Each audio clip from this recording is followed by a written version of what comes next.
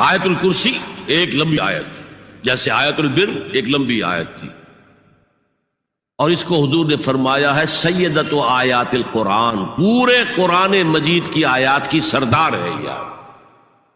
اور یہ شرک فی الصفات کے ضمن میں یہ شمشیر قاطع ہے، شمشیر برہان ہے۔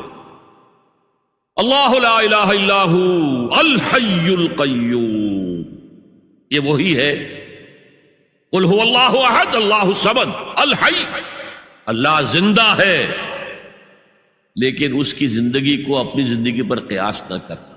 تمہیں خوراک کی احتیاج ہے، اسے کوئی ضرورت نہیں۔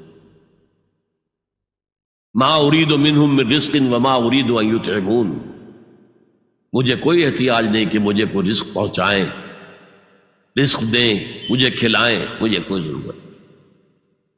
پھر تمہاری حیات نیند، اونگ، تھکان، ان تمام کمزوریوں کے ساتھ ہے۔ وہ الحی ہے، اپنی ذات میں خود زندہ ہے، حیات اس کی ذاتی ہے، کسی اور نے عطا نہیں کی ہے۔ ہماری تو مستعار ہے، عمر دراز مانگ کے لائے تھے، 4 دن 2 آرزو میں کٹ گئے، 2 انتظار میں۔ اور القیوم بقیہ پوری کائنات کے لیے وہی ہے، اس کو تھامے ہوئے ہے۔ لا تاخذہ سنۃ ولا نوم، الحی، حیات کامل، کہ اس کو نہ نیند آتی ہے نہ اونگ آتی ہے۔ لہو ما فی السماوات و ما فی الارض، آسمان اور زمین میں جو کچھ ہے اسی کی ملکیت ہے۔ تم کسٹوڈینز ہو، تم امین ہو، ای امانت چند روزہ نزد ماست، در حقیقت مالک شے ہر شے خداست۔ یہاں تک کہ یہ میرا جسم بھی میرے پاس امانت ہے۔ میں کون ہوں؟ میری خودی، میری انا، میری روح جو پوزیس کرتی ہے اس بدن کو، لیکن یہ پوزیشن ملکیت کا نہیں ہے، امانت کا ہے۔ ای امانت، یہ ہاتھ بھی امانت ہے، میری زبان بھی امانت ہے، میری آنکھیں بھی امانت ہے۔ من ذا الذی یشفع عندہ الا باذنہ، یہ یہاں پر انداز بڑا پرجلال۔ کون ہے وہ جو شفاعت کر سکے اس کے دربار میں مگر اس کے اذن سے؟ کسی کا ذاتی، کسی کا زور، کسی کا اختیار نہیں ہے کہ جس کی بنا پر وہ شفاعت کرے، ہاں اللہ کے اذن سے۔ اور دوسری جگہ پر آتا ہے جس کے لیے وہ چاہے گا اور جس کو اجازت دے گا، جیسے کہ آتا ہے اما یتساءلون میں، یوم یقوم الروح والملائکۃ صفا، اور ان میں سے کوئی بھی بات نہیں کر سکے گا، کلام نہیں کر سکے گا، لا یتکلمون الا من اذن لہ الرحمن، سوائے اس کے جسے رحمان اجازت دے، وقال صوابا، اور صحیح بات کرے گا، کوئی غلط بات نہیں کرے گا۔ یعلم ما بین ایدیہم وما خلفہم ولا یحیطون بشیء من علمہ الا بما شاء، وہ تو جانتا ہے جو کچھ بھی ان کے سامنے ہے اور ان کے پیچھے ہے، اور یہ کوئی احاطہ نہیں کر سکتا مخلوقات میں سے، اس کے علم میں سے کسی کا بھی، سوائے اس کے جو وہ خود چاہے۔ یہاں بڑے ہی لطیف انداز میں شفاعت باطلہ کے تصور کی نفی ہو گئی۔ دیکھیے، آپ کہیں جا کر کسی مجسٹریٹ سے سفارش کرتے ہیں تو کیا کہتے ہیں؟ اجی یہ فائل کے اوپر جو کچھ ہے آپ اس پر نہ جائیے، یہ گواہیاں وغیرہ جھوٹی ہو گئی ہیں، میں آپ کو بتاتا ہوں اصل بات کیا ہے۔ اللہ کے سامنے کوئی یہ کہہ سکے گا اے اللہ تیرے علم میں نہیں ہے، میرے علم میں ہے؟ یعلم ما بین ایدیہم وما خلفہم، وہ تو جانتا ہے جو کچھ ان کے سامنے اور جو کچھ ان کے پیچھے ہے۔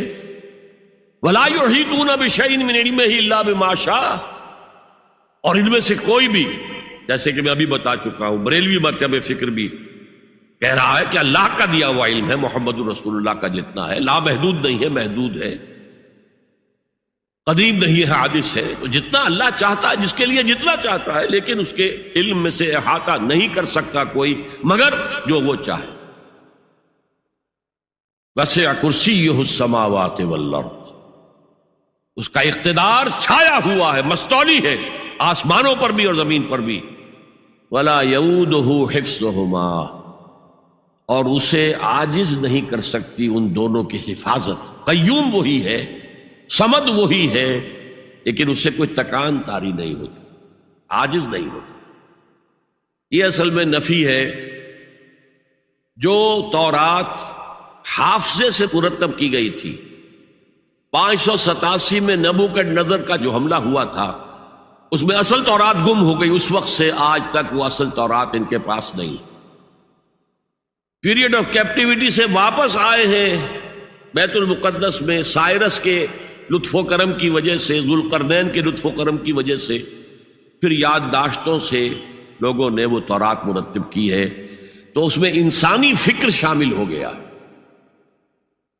لہذا وہاں یہ لکھا ہے اللہ نے 6 دنوں میں آسمان اور زمین پیدا کیے اور 7ویں دن آرام کیا، یعنی کوئی تکان لائق ہو گئی۔ قرآن نے کہا، اللہ تعالیٰ نے فرمایا سورہ قاف میں، وَلَقَدْ خَلَقْنَا السَّمَاوَاتِ وَالْأَرْضَ وَمَا بَيْنَهُمَا فِي 6 أَيَّامٍ وَمَا مَسَّنَا مِن لُغُوبٍ، یقیناً ہم نے آسمان اور زمین اور جو کچھ ان دونوں کے مابین ہے انہیں 6 ہی دنوں میں پیدا کیا۔ وہ بات ٹھیک ہے، لیکن ہمیں کوئی تکان لائق نہیں ہوئی کہ ہمیں کسی آرام کی ضرورت ہو۔ لا یعودہ حفظہما وہو العلی العظیم، العلی وہی ہے سب سے بلند و بالا، لتکون کلمۃ اللہ ہی العلیٰ، تاکہ اللہ کا کلمہ سب سے سر بلند ہو جائے، اور وہی عظیم ہے، عظمت والا۔ اللہ تعالیٰ مجھے اور آپ کو اس سے بچائے، اپنے سابقہ زندگی کے گناہوں پر توبہ کرنے کی اور اللہ سے استغفار طلب کرنے کی توفیق عطا فرمائے، اور اپنے دینی فرائض کی انجام دہی کے لیے کمر بستہ ہو جانے کا عزم مصمم کر لینے کی توفیق عطا فرمائے۔